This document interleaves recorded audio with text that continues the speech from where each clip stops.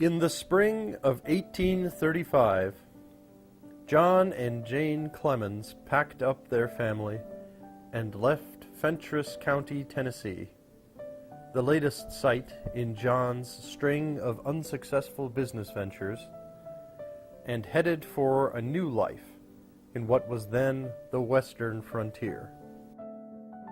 Not long after their arrival in Florida, Missouri, they welcomed a new addition to their family, son Samuel Langhorne Clemens.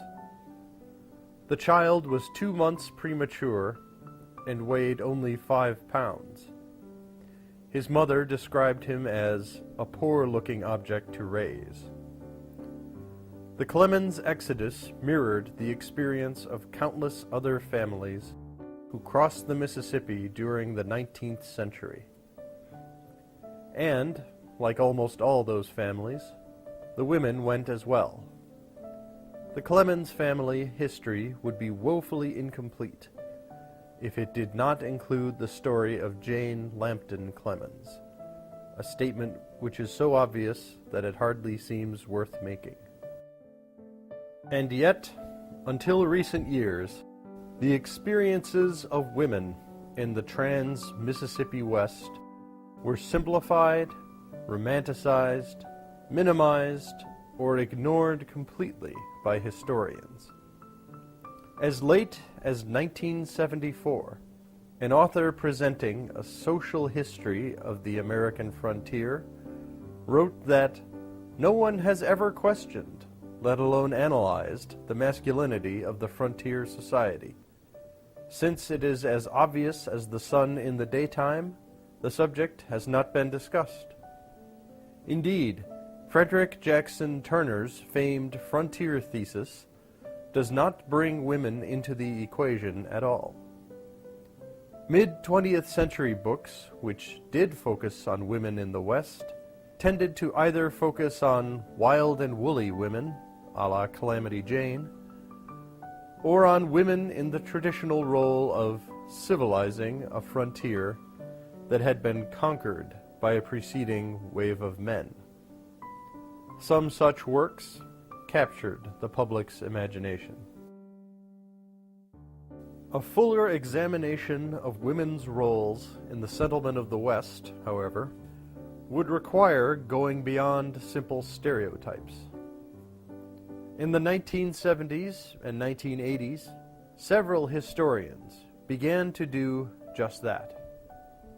Women in the West became a popular topic among scholars, and by the 1990s, that popularity had spread to the general public.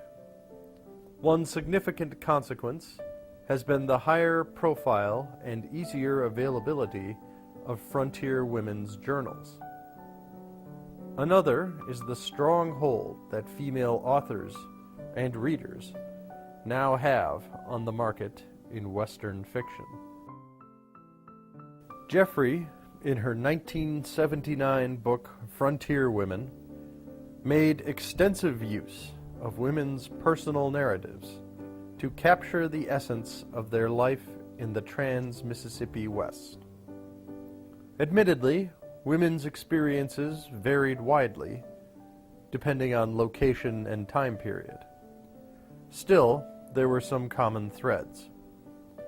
Jeffrey's ultimate conclusions were more in line with Brown's gentle tamers motif than with the opposing view of Western women as, in the words of one reviewer, individuals who liberated themselves from constricting and sexist stereotypes and behaviors.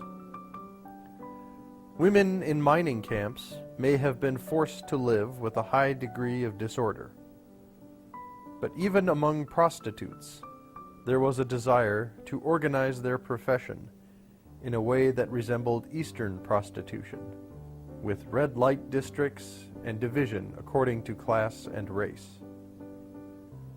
Farm wives, too, frequently wished to model their new lives in the West on familiar aspects of the life they had previously known.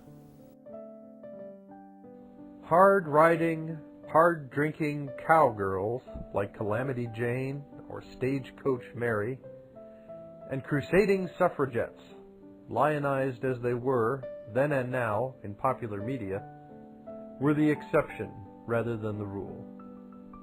Most women who crossed the Mississippi did not want to slip the bonds of Victorian propriety, nor did they wish to revolutionize society.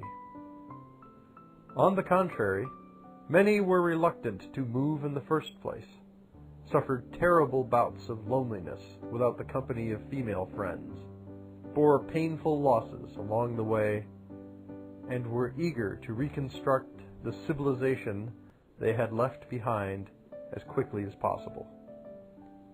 For them, domestic ideology provided comfort rather than restriction. On the other hand, it could be argued that women's experiences were significantly different on the frontier than back east, whether they wanted them to be or not, and that traditional social roles were challenged as a result. Western women's lives and occupations and their individual responses to the West varied. Women's journals and letters often indicate a desire on the writer's part to structure their lives around familiar and domestic patterns. These patterns could not necessarily be transplanted instantaneously and wholly from east to west, necessitating the challenges and adaptations on the part of frontier women. Nevertheless, an eventual return to the normalcy of Victorian life seems to have been an abiding goal of many Westering women, and they strove to transform their new environments by maintaining the domestic attitudes which were familiar to them. This was done not in a philosophical effort to spread civilization, but rather as a means to make a new land feel like home.